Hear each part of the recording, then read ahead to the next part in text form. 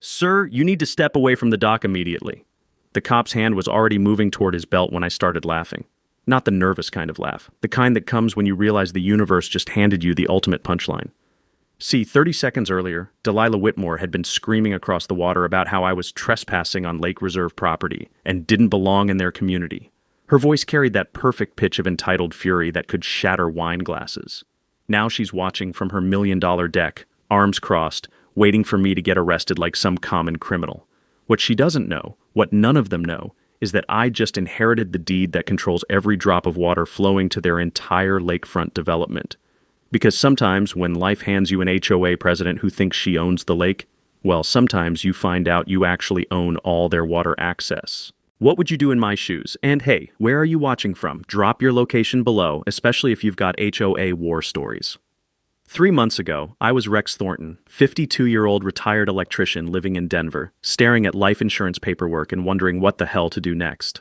My wife Clara had lost her fight with cancer the year before, and every corner of our house still carried the ghost of her lavender perfume mixed with hospital antiseptic, a combination that could drop me to my knees faster than touching a live wire. The estate auction notice arrived on a Tuesday. Uncle Jasper, my dad's hermit brother who'd lived on some Montana lake for 40 years, had finally kicked the bucket. We weren't close, but the old coot always remembered my birthday with a card containing a crisp 20. His estate was going to public auction. Lake Reserve parcel with associated territorial water rights, minimum bid $150K. I'd never heard of a lake reserve being privately owned, but Clara always said I should take more risks. With $180K from her life insurance burning a hole in my savings account, I figured, why not make a strategic investment? Mountain property, lakefront access, and whatever those water rights meant sounded like a solid retirement plan. The drive to Pine Lake, Montana beat the hell out of Denver's smog-choked air. That sharp mountain breeze actually filled your lungs instead of coating them with exhaust fumes and urban despair. The auction was held right on the property, and I'll admit, the place took my breath away. A modest 1960s cabin sat on 3 pristine acres, complete with a weathered cedar dock stretching into water so clear you could count stones 15 feet down. Uncle Jasper had hand-built that dock from selected logs, every joint fitted like fine furniture. Here's the thing nobody mentioned during the auction. Pine Lake Estates surrounded my purchase like a necklace of million-dollar homes. 47 luxury houses, each marketed with exclusive lake access as their golden selling point. The real estate brochures probably used pristine and private more than a politician uses transparency. I bought the property for exactly $150K, figuring I'd gotten lakefront real estate for the price of a Denver condo. What I didn't realize was that Lake Reserve parcel meant I'd just purchased the heart of their entire development, and those mysterious territorial water rights buried in legal jargon, that was about to become the most expensive oversight in HOA history. Enter Delilah Whitmore. She materialized on my property during week 2 like some suburban conquistador, clipboard in one hand, measuring tape in the other. Designer workout clothes that probably cost more than most people's monthly rent, perfectly styled blonde hair, and a smile that could flip from sweet to surgical faster than a breaker trips. "Welcome to Pine Lake Estates," she announced without bothering to knock. "I'm Delilah, HOA president. We need to discuss some compliance issues with your recent purchase." I was replacing rotted dock planks when she arrived, breathing in that honest scent of fresh cedar, while her overpowering perfume competed with the mountain air. She rattled off violations like a court clerk. Dock setback requirements, architectural guidelines, community aesthetic standards. The previous owner was difficult about modernizing, she said with fake sympathy that could curdle milk. But I'm sure you'll be more reasonable about bringing things up to community standards.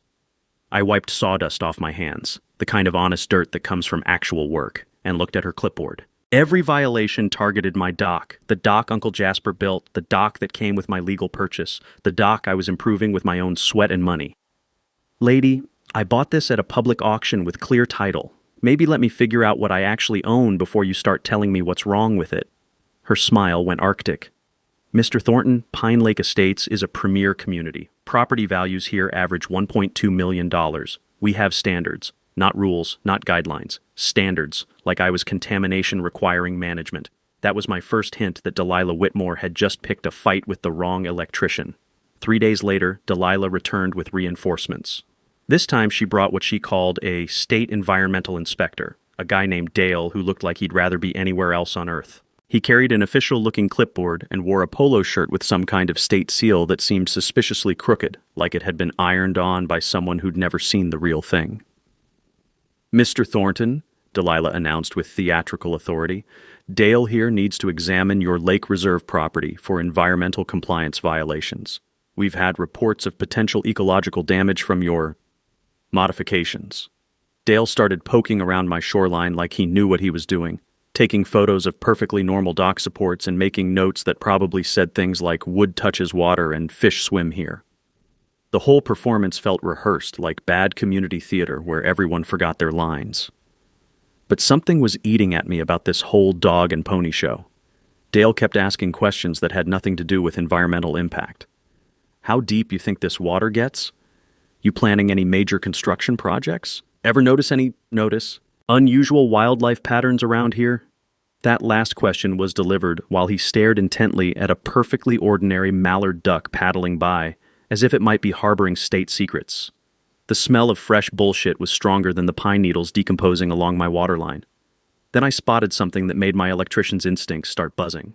Parked right there in my gravel driveway was a Ford F-150 with "Dale's Fine Furniture, We Deliver Dreams," painted on the side in curly script that belonged on a bakery, not a government vehicle. Clara always said I had a nose for spotting fakes. Came from 30 years of identifying bootleg electrical components that could burn your house down. I pulled out my phone and dialed the Montana Department of Environmental Quality, while Dale was still measuring my dock with a tape measure that looked suspiciously like it came from the hardware store clearance bin. "Hi, this is Rex Thornton on Pine Lake. I've got an environmental inspector here named Dale, and I just wanted to confirm his visit was scheduled." The voice on the other end was friendly, but confused. "I'm sorry, Mr. Thornton, but we don't have any inspections scheduled for Pine Lake this month, and we don't have an inspector named Dale. Could you describe this person?" I put the phone on speaker and repeated the question loud enough for Dale to hear every word. His face went whiter than fresh drywall, and I swear I could smell his panic sweat mixing with the clean mountain air. "Dale," I called out sweetly, "the real state office says they've never heard of you. Want to explain that to everyone?" Dale dropped his clipboard like it was on fire and literally ran. Not walked quickly, not made excuses. Full-on sprinted to his furniture truck and peeled out of my driveway like he was being chased by angry wasps, leaving behind a cloud of dust and gravel. In his panic, he dropped his fake state ID badge, which turned out to be a laminated printout that wouldn't fool a nearsighted mall cop. But Delilah? She doubled down harder than a Vegas gambler on a losing streak.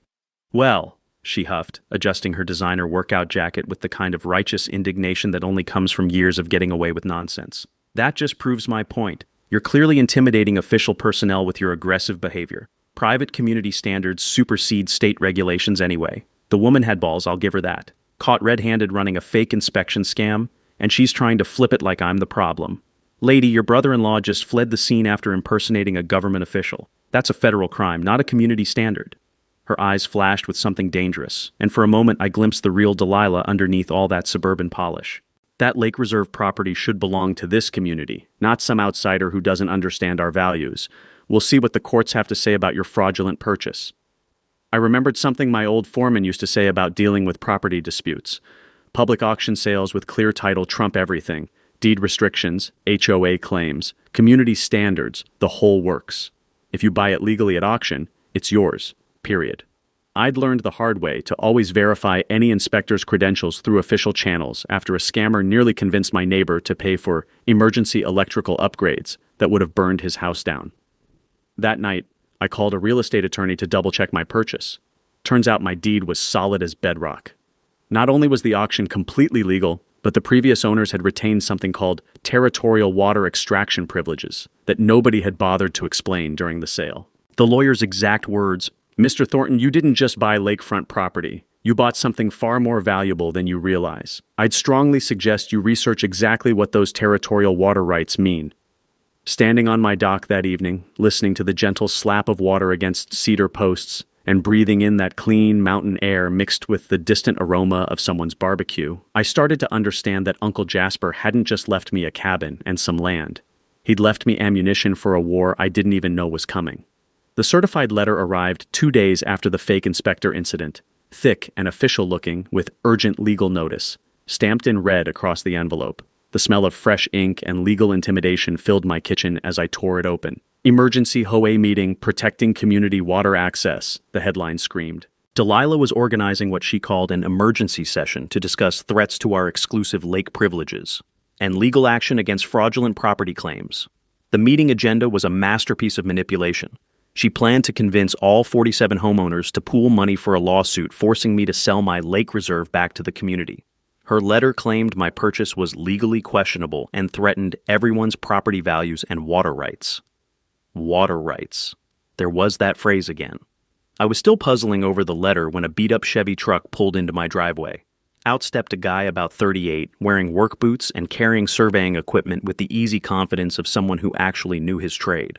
"You must be Rex," he called out. "I'm Garrett Flynn, local surveyor and part-time fishing guide. Heard Delilah's declaring war on your water access. News travels fast around here."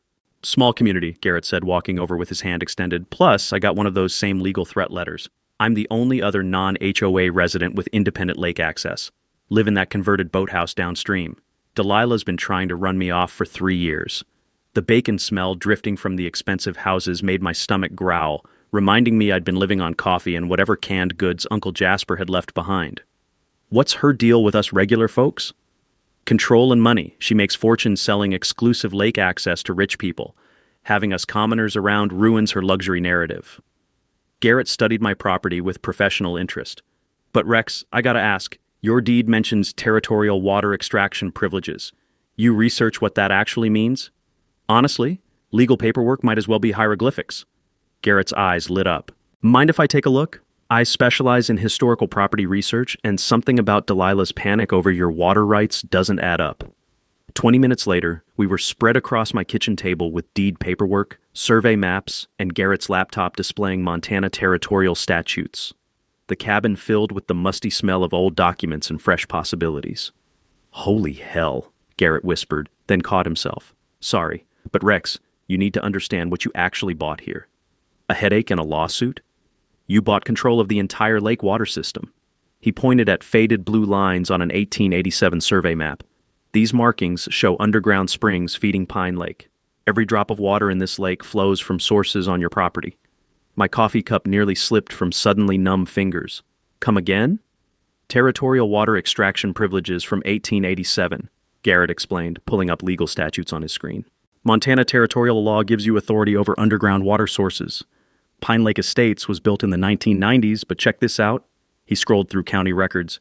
The developers never secured water rights before construction. I stared at the survey map where thin blue lines traced from my springs to the entire lake system. My brain was struggling to process the implications.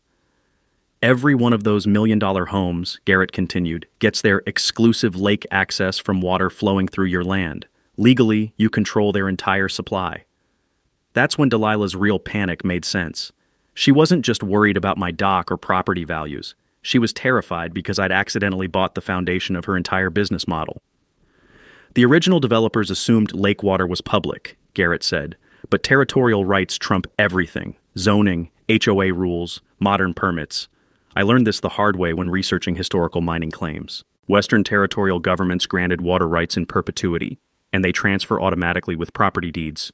Most people never bother checking what historical rights come with old properties." Just then, my phone rang.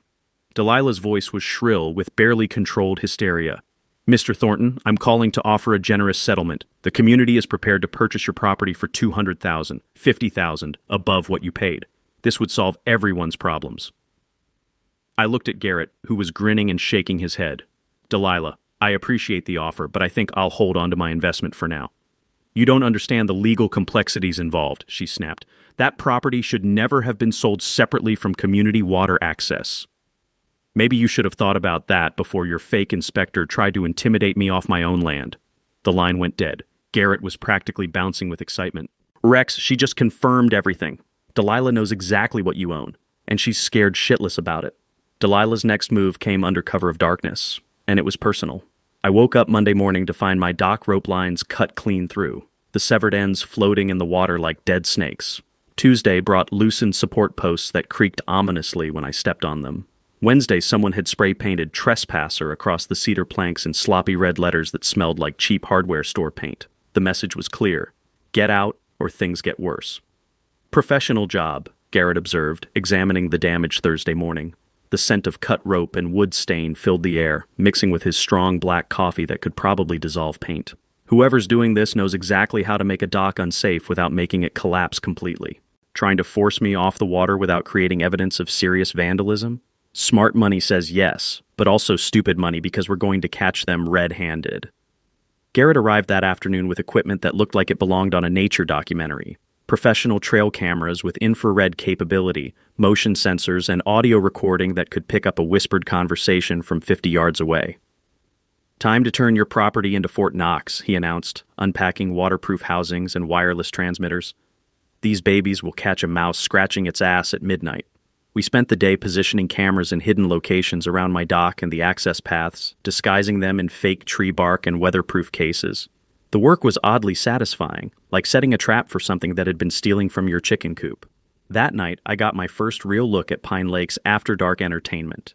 The cameras captured everything in crystal-clear detail. A figure in dark clothing moving across my property at 2:30 a.m. with the confidence of someone who'd done this before. Wire cutters, spray paint, and what looked like a small crowbar. A complete vandalism toolkit. But the real jackpot was when the figure's phone rang. "Yeah, Mom, I'm almost done with the dock. No, nobody's around. The red paint like you wanted?" "What do you mean, send a stronger message?" $2,000? You promised me $2,000 for this security work. Bradley Whitmore, Delilah's 19-year-old son, clear as day on both video and audio, taking orders from Mommy Dearest while destroying my property with stolen HOA money. The next morning, I found Bradley at Pine Lake's only coffee shop, nervously fidgeting with his phone and surrounded by the smell of burnt espresso and teenage anxiety. His hands shook slightly when I slid into the booth across from him, and his acne-scarred face flushed red under the harsh fluorescent lights. "Morning, Bradley? Rough night?" "I don't know what you mean," he mumbled, not making eye contact. I pulled out my phone and played 10 seconds of audio from the previous evening. Bradley's own voice filled the small coffee shop. "Yeah, Mom, I'm almost done with the dock." The kid's composure shattered like thin ice under a boot. "Oh shit, oh shit, oh shit." "Here's what I know," I said quietly, keeping my voice conversational while morning regulars chatted around us. "Your mom's been paying you to vandalize my property using money stolen from the HOA emergency fund. That's not just vandalism, that's felony embezzlement." Bradley started hyperventilating. "She said it was security work. She said you were dangerous and threatening the community. I didn't know it was stealing." The floodgates opened, and Bradley revealed something I hadn't expected. This wasn't Delilah's first rodeo. She'd run identical harassment campaigns against 3 other homeowners who'd challenged her authority over the past 5 years. Each family received escalating violations, mysterious property damage, and social isolation until they sold their homes below market value just to escape. The kicker? Delilah's real estate company had handled every one of those distressed sales, earning her fat commissions while eliminating opposition to her reign of terror. "She calls it community improvement," Bradley whispered, tears mixing with the steam from his untouched coffee. "Says some people just don't fit the Pine Lake lifestyle and need encouragement to find somewhere more suitable." I'd learned about HOA fund misuse during my electrician days when a contractor tried to overcharge a community I was wiring. Using association money for personal vendettas was criminal embezzlement, pure and simple. Every HOA member had the legal right to demand detailed audits and documentation of expenditures, especially when emergency funds mysteriously disappeared. "Bradley, your mother's been running a protection racket disguised as community management, and you just handed me everything I need to prove it." The kid broke down completely, sobbing into his hands while the morning coffee crowd pretended not to notice. I almost felt sorry for him, almost. But then I remembered the taste of anger mixed with paint fumes when I'd seen trespassers sprayed across Uncle Jasper's hand-built dock. That afternoon, I met with Garrett to plan our strategy. We had ironclad evidence of vandalism, embezzlement, and systematic harassment. But most importantly, we had those territorial water rights sitting in my back pocket like a nuclear option. Delilah Whitmore was about to learn what happened when you picked a fight with someone who owned the water you were floating on. That weekend, I finally decided to tackle Uncle Jasper's basement.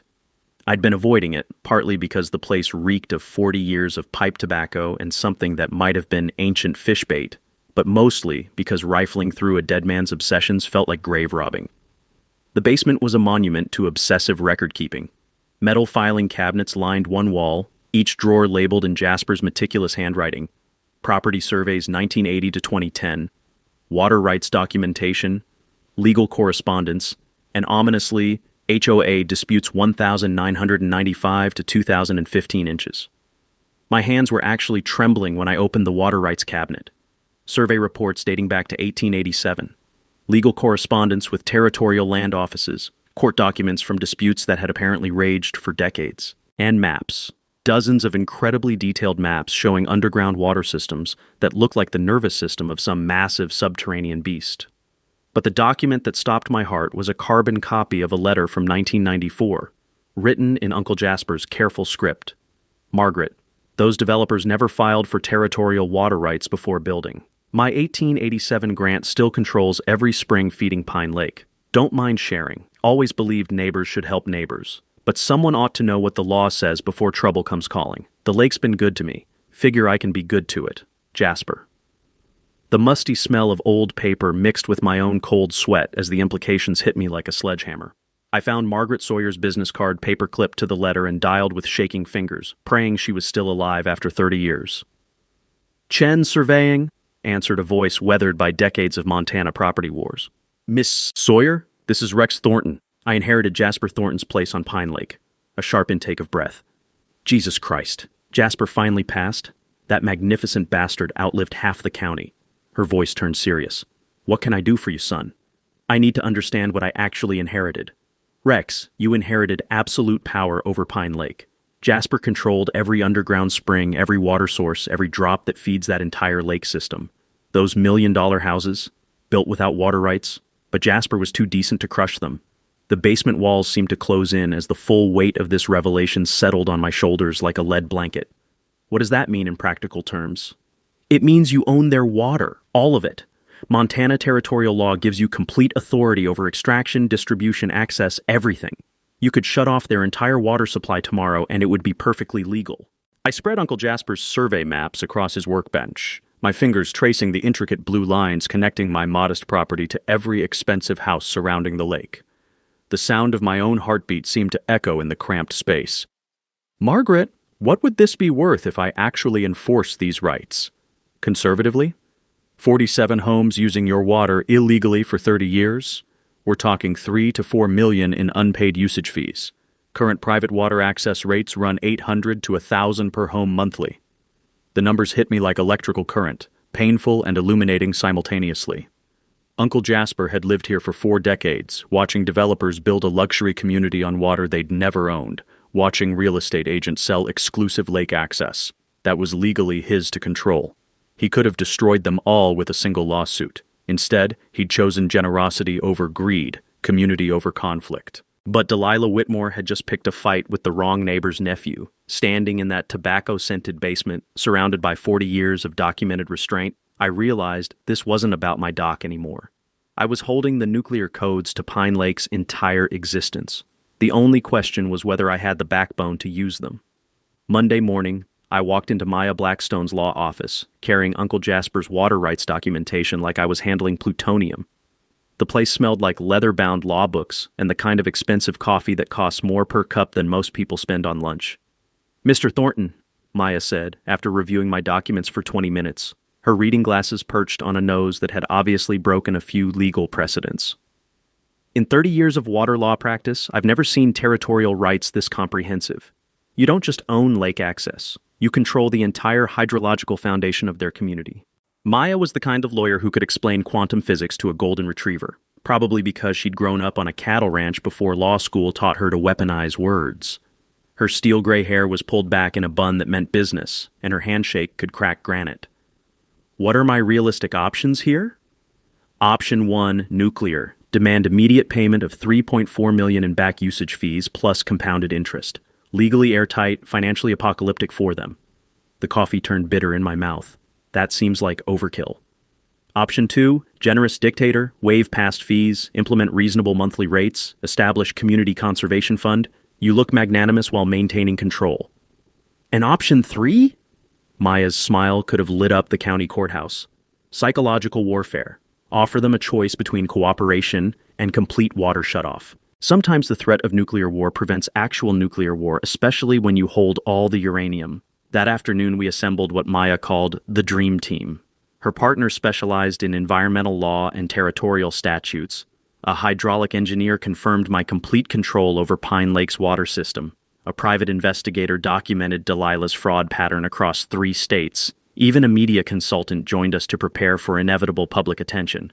The beauty of your position, Maya explained while organizing legal briefs that smelled like fresh ink and impending justice, is that every hostile move Delilah made actually strengthened your case. Harassment, vandalism, embezzlement. She's been digging her own grave with a sterling silver shovel. But Maya's real genius was strategic patience. We're going to let her hang herself completely before we act. Tomorrow we file formal water rights notices with the county. Every homeowner gets certified mail demanding $847 monthly for water access, effective immediately. I remembered something my electrical mentor taught me about troubleshooting dangerous systems. Always give people multiple ways to solve the problem before you cut the power completely. Pride makes folks do stupid things, but offering dignity alongside consequences usually gets better cooperation than just crushing them. They'll panic, Maya continued, clearly enjoying this chess game. Emergency HOA meetings, lawyers threatening frivolous lawsuits, probably attempts to bribe local officials. That's when we reveal our generous alternative, which is complete amnesty for past usage, sliding scale fees based on property values, and establishment of the Clara Thornton Memorial Conservation Fund using water rights income. You transform from potential destroyer to reluctant community savior. That evening, Garrett brought 3 sympathetic neighbors to a secret meeting in my kitchen. The smell of fresh coffee mixed with nervous energy as we discussed what Maya called community coalition building. Delilah's terrorized this neighborhood for years, whispered Janet Morrison, whose waterfront cottage had been targeted with similar harassment campaigns. But nobody dared speak up because she controls the HOA budget and has connections with local contractors. She tried to force us out 2 years ago, added Tom Brennan, an older gentleman whose hands shook slightly from what looked like Parkinson's. Claimed our fishing boat violated aesthetic standards and threatened daily fines until we removed it. These weren't just victims. They were potential allies who understood exactly what Delilah represented. We spent 2 hours documenting her pattern of abuse, building a comprehensive case that went far beyond my property dispute. The key, Maya had explained earlier, is framing this as community liberation, not personal revenge. You want history to remember you as the guy who freed Pine Lake from a tyrant, not the guy who held their water hostage. Late that night, Garrett and I installed professional flow monitoring equipment on my springs. The water bubbled up from underground caverns with a sound like the Earth's own heartbeat, crystal clear streams that had been flowing since before Montana achieved statehood. You realize the responsibility here? Garrett asked, adjusting sensors that would document every gallon flowing to the luxury houses. This isn't just about legal authority. You're now the environmental guardian of an irreplaceable ecosystem. The weight of Uncle Jasper's legacy settled on my shoulders like a well-fitted backpack. He hadn't just left me property rights, he'd made me the steward of something that belonged to future generations. Standing knee-deep in spring water that tasted like liquid starlight, listening to the night sounds of a lake that legally belonged to me, I finally understood what Uncle Jasper had been protecting all these years. Tomorrow, we'd launch the legal equivalent of shock and awe. But tonight, I was just a guy with a sacred trust, planning to honor it exactly the way Clara would have wanted. The certified letters hit Pine Lake Estates like a tactical nuclear strike on Tuesday morning. By noon, my phone was ringing off the hook, and by evening, Delilah Whitmore had officially lost her damn mind. The first sign came at 6 p.m. when she showed up at my door carrying a manila envelope that smelled like desperation and expensive hand lotion. Her usually perfect hair looked like she'd been running her fingers through it for hours, and her designer clothes couldn't hide the manic energy radiating from her like heat off hot asphalt. "Mr. Thornton," she said, her voice artificially sweet with undertones that could strip paint. "I think there's been a terrible misunderstanding about these water rights claims. The community has authorized me to offer you a very generous settlement." She opened the envelope with theatrical flair, revealing stacks of $100 bills that rustled like autumn leaves. $75,000 cash for you to voluntarily relocate. Think of it as a fresh start somewhere more suitable for your needs. I was recording the entire conversation on my phone, which Maya had suggested after Delilah's previous bribery attempt. The woman was practically gift-wrapping federal charges for the FBI. "That's quite an offer, Delilah. Where exactly would this money come from?" "The HOA emergency fund, of course. We're prepared to make sacrifices for community harmony." You mean the same emergency fund you've been stealing from to pay your son for vandalism? Her mask slipped for just a second, revealing something genuinely dangerous underneath all that suburban polish. I have no idea what you're talking about. Bradley does legitimate security work for the community. Spray painting trespasser on my dock is security work? That's when she went full psycho. You have no right to those water claims. That lake belongs to this community. We built our lives here, our dreams, our futures. Some outsider can't just show up and steal everything we've worked for. What I didn't expect was her next move. The following morning, I discovered she'd filed false police reports claiming I'd threatened her with violence during our recorded conversation. 3 different complaints: assault, stalking, and terroristic threats against the community. Deputy Rodriguez showed up at my door looking like he'd rather be anywhere else. Mr. Thornton, I have to ask you some questions about alleged threats made against Delilah Whitmore and several community members. Deputy, I've got video recording of every interaction I've had with that woman. Would you like to see what actually happened? His relief was visible. That would be extremely helpful, sir. 20 minutes later, after watching Delilah's bribery attempt and unhinged rant, Deputy Rodriguez was shaking his head. Mr. Thornton, this woman has filed 17 false reports in the past 2 years. We're building a pattern of abuse case against her. But Delilah's desperation campaign was just getting started. That afternoon, anonymous flyers appeared on every windshield in Pine Lake estates. Dangerous individual threatens community water supply. Protect your families. The flyers included a grainy photo of me taken with a telephoto lens, making me look like some kind of wanted fugitive. The text claimed I was mentally unstable following wife's death and obsessed with revenge fantasies against successful neighbors. Maya's private investigator was documenting everything, building what she called a federal case that would make prosecutors weep with joy. The smell of Delilah's panic was stronger than the pine air fresheners hanging from expensive SUVs parked around the lake. By Thursday, the harassment escalated to coordinated intimidation. Cars would drive past my property every hour, honking horns and shouting insults. Someone had organized a telephone harassment campaign. My phone rang constantly with blocked numbers and heavy breathing. The breaking point came Friday evening when I found my truck's tires slashed and "water thief" keyed into the paint. But this time, Delilah had made a crucial mistake.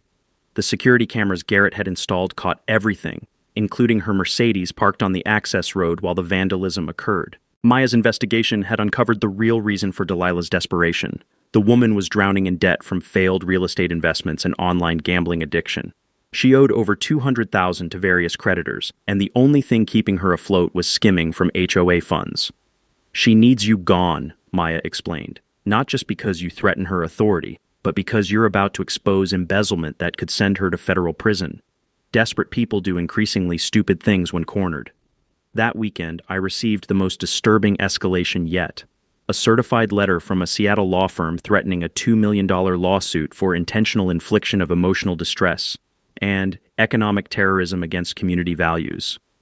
The legal letter was laughably overwritten, claiming my mere presence and malicious water rights claims were causing irreparable psychological trauma to families and children.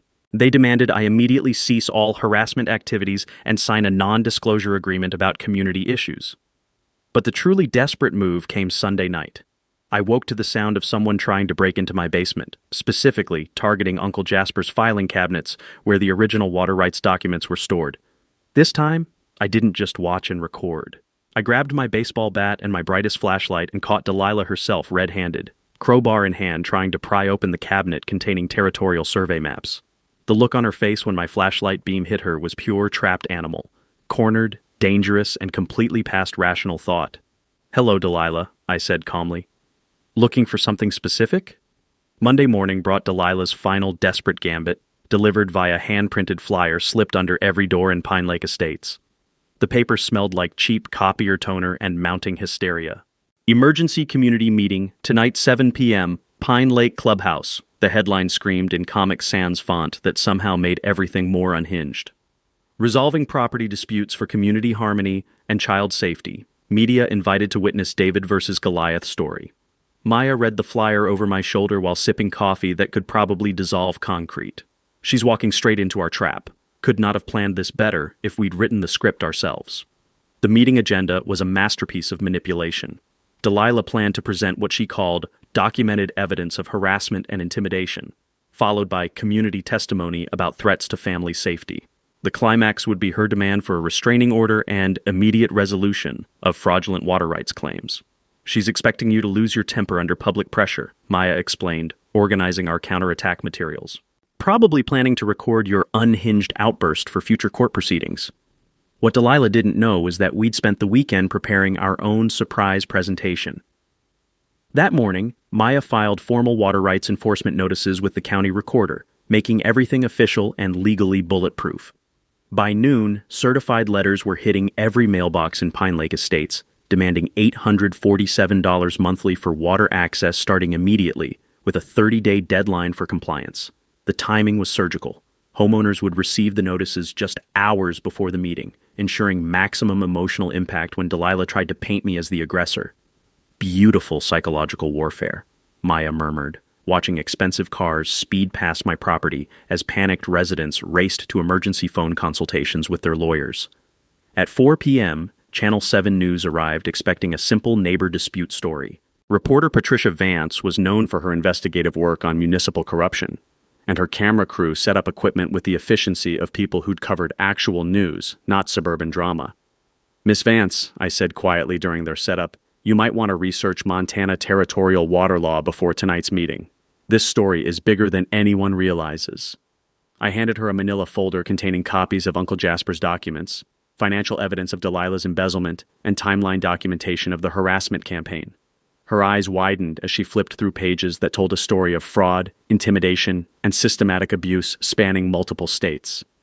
"Mr. Thornton," she said slowly, "this isn't a property dispute. This is organized crime disguised as community management."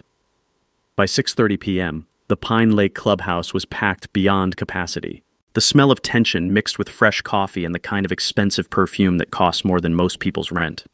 43 of 47 homeowners had shown up, along with media crew, and an atmosphere you could cut with a dull knife. Delilah positioned herself at the head table like a general preparing for battle, surrounded by poster boards covered with photos of my property and what looked like a PowerPoint presentation titled "Protecting Our Community Values." Maya sat in the back row disguised as a concerned neighbor, her briefcase full of legal documentation positioned for quick access.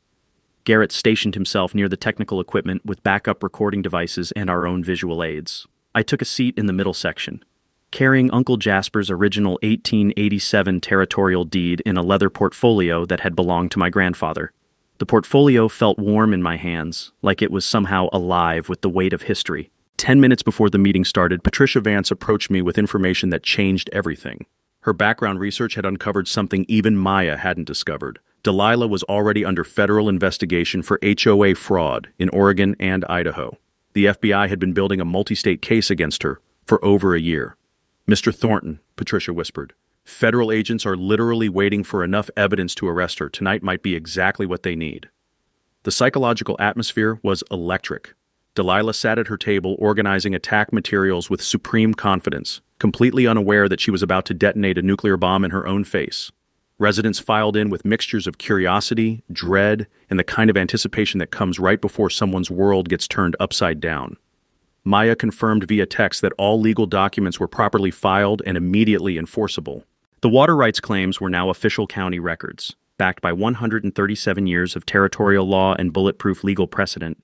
At exactly 7 p.m., Delilah called the meeting to order with theatrical authority.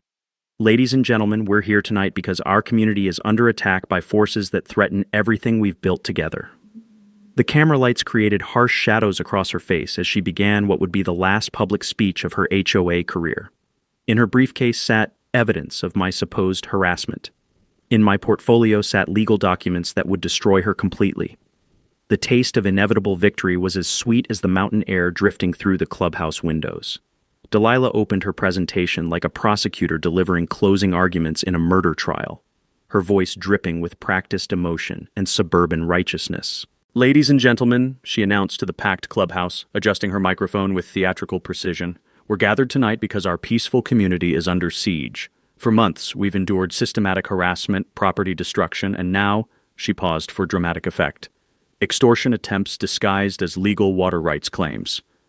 The camera lights made everything look harsh and unforgiving as she clicked to her first PowerPoint slide, a blown-up photo of my modest cabin with "Threat to Community Values" written in red letters underneath.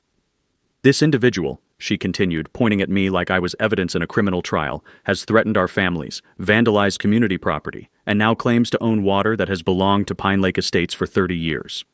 A murmur rippled through the crowd. Several neighbors turned to stare at me with expressions ranging from curiosity to outright hostility. Delilah called her first witness, Jennifer Walsh, who lived 3 houses down from the lake. "Tell everyone about your encounter with Mr. Thornton last Tuesday." Jennifer stood nervously, clearly rehearsed. "He approached my children while they were playing by the water and told them they were trespassing. My 8-year-old daughter came home crying, saying the scary man claimed he owned the lake. Complete fabrication. I'd been in town getting supplies last Tuesday and had never spoken to the woman's children, but several residents nodded sympathetically, and I could see the narrative taking hold. 2 more witnesses followed with equally creative stories about my supposed intimidation tactics, property damage threats, and unstable behavior following my wife's death. Each testimony felt like a coordinated attack designed to paint me as a dangerous outsider threatening their perfect community. And now, Delilah concluded with righteous fury, he's demanding nearly $1,000 monthly from each family for water access we've had legally for decades. This is extortion, pure and simple. Scattered applause filled the room.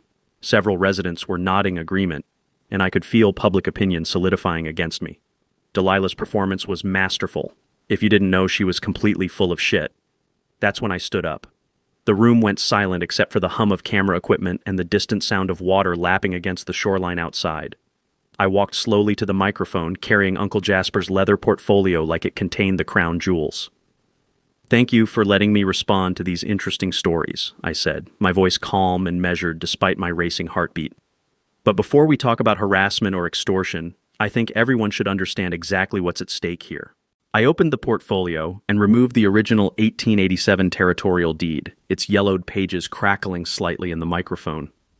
This document was filed with the Montana Territory Land Office 137 years ago. It grants my property exclusive rights to all underground water sources feeding Pine Lake. A few confused murmurs, but most people looked lost. "Let me put this in simpler terms," I continued, pulling out Garrett's survey maps and projecting them on the screen. "Every drop of water in this lake, every drop that makes your lakefront properties valuable, flows from springs located on land I legally purchased 3 months ago. Now I had their attention. You could have heard a pine needle drop. Pine Lake Estates was built in the 1990s without securing water rights from the Territorial Land Grant. For 30 years, you've been using water that legally belongs to my property, and nobody bothered to get permission." Maya joined me at the microphone with her briefcase full of documentation. "Ladies and gentlemen, I'm Maya Blackstone, Mr. Thornton's attorney. What he's telling you is absolutely correct. Montana territorial water law predates all modern zoning, all HOA regulations, and all development permits." Patricia Vance's camera captured every shocked face in the crowd as Maya continued. "Mr. Thornton could legally shut off your water supply tomorrow, the certified letters you received today demanding monthly fees, completely within his legal rights. But we weren't finished." Maya opened her briefcase and pulled out financial documents. "However, what you should really know is how your HOA president has been stealing your money while lying about these water rights." The audio recording of Delilah's bribery attempt filled the clubhouse through the speaker system. Her own voice echoed off the walls. $75,000 cash for you to voluntarily relocate. Then came the video footage of Bradley's vandalism, crystal clear on the projection screen. Delilah's son with wire cutters and spray paint, followed by his phone conversation. "Yeah, Mom, I'm finishing the dock like you said." She screamed like a wounded animal, lunging toward the microphone. "Those are lies, fabricated evidence. This man is destroying our community with 19th century technicalities." But the crowd had turned. Neighbors who'd applauded her minutes earlier were now staring at her with disgust and disbelief. Calls for her immediate resignation echoed through the room. Deputy Rodriguez, who'd been watching from the back, stepped forward with handcuffs. "Ma'am, you're under arrest for embezzlement and filing false police reports." As Delilah was led away in handcuffs, still screaming about unfair laws and community destruction, I stepped back to the microphone for my final statement. "I came to Pine Lake seeking peace after my wife's death. I just wanted to fix my dock and fish in quiet waters. But when you try to steal from a widowed electrician who knows his property rights..." I paused, looking directly into Patricia Vance's camera. "Maybe you should check who actually owns the water you're floating on first." The silence that followed Delilah's arrest was broken only by the sound of handcuffs clicking and her muffled protests from the back of Deputy Rodriguez's patrol car. The clubhouse smelled like tension, spilled coffee, and the beginning of something entirely new. 43 neighbors sat processing the fact that their community dictator was heading to federal prison, while the guy they'd been ready to lynch actually owned the water keeping their million-dollar dreams afloat. Patricia Vance's live broadcast went viral within hours. Water Rights Warrior was trending nationwide, and my phone buzzed constantly with interview requests from news outlets who couldn't believe a widowed electrician had just dismantled an entire corruption network with century-old legal documents. But the real magic started the next morning. Jennifer Walsh was first to knock on my door, her 8-year-old daughter clutching a plate of chocolate chip cookies that smelled like genuine remorse. The woman who'd lied about me threatening her children now looked ready to crawl into the lake and disappear.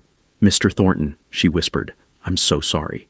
Delilah told us you were dangerous, that you'd destroy our property values. She said if we didn't stick together against you, we'd all lose everything we'd worked for." Over the following weeks, similar apologies arrived daily. Neighbors brought homemade meals, offered to repair vandalism damage, and shared their own stories of Delilah's reign of terror.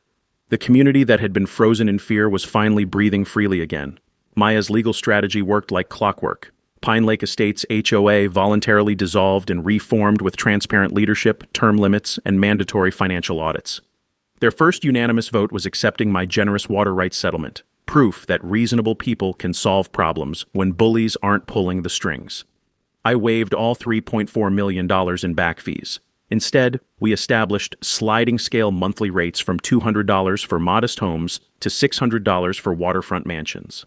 Every dollar flows into the Clara Thornton Memorial Conservation Fund, which protects the lake's ecosystem permanently while funding college scholarships for local students who demonstrate environmental stewardship. Delilah's federal investigation revealed crimes spanning 5 years across 4 states. $300,000 embezzled from multiple HOAs, systematic harassment campaigns, wire fraud, mail fraud, and gambling debts that could have bought a small aircraft.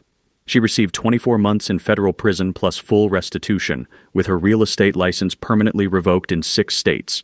The sweetest irony? Bradley, the kid who vandalized my dock, became our most dedicated conservation volunteer after accepting a community service deal. Now he teaches disadvantaged children how to fish from the public access area I donated, turning his destructive energy into something that would make Uncle Jasper proud. 1 year later, Pine Lake hosts an annual conservation festival that draws families from across the region. The smell of barbecue smoke mixes with pine-scented air while children splash in water that's cleaner now than it's been in decades. Local vendors sell fishing gear and environmental education materials, creating economic benefits that ripple through the entire community. Maya's law practice became the national go-to resource for HOA abuse victims. Her best-selling book, Know Your Rights, A Homeowner's Defense Against Community Tyranny, sits on coffee tables across America, and 3 law schools now require my case as study material for property rights courses. Garrett married Patricia Vance in a lakeside ceremony that made regional newspapers, their reception held on my donated public land with fish caught from community waters and live music floating across the lake from our permanent stage. Every morning, I still drink coffee on Uncle Jasper's hand-built dock, watching mist rise off water that legally belongs to me but spiritually belongs to everyone who respects it. The taste of mountain air mixed with genuine community satisfaction reminds me that Clara was right. The best way to honor someone's memory is by making sure others don't suffer the same injustice. The Scholarship Fund has sponsored 15 students through college, including Jennifer's daughter, who wants to study environmental law and help protect lakes like Mr. Rex does. That girl's smile when she got her acceptance letter was worth more than any water rights settlement. Standing on my dock at sunset, listening to children's laughter echo across water where expensive boats once roared with entitlement, I finally understand Uncle Jasper's greatest lesson. Real power isn't about controlling people. It's about setting them free to be their best selves. Drop your worst HOA horror story in the comments below. I read every single one, and Maya's firm might be able to help you fight back. Hit that subscribe button on HOA Stories if you love seeing neighborhood bullies get exactly what they deserve, because next week we're diving into the parking ticket that exposed a $3 million municipal corruption scheme that'll make this water rights battle look like small change.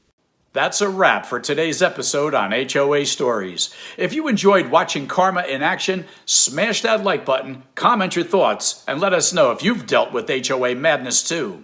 Subscribe so you won't miss the next HOA meltdown we post.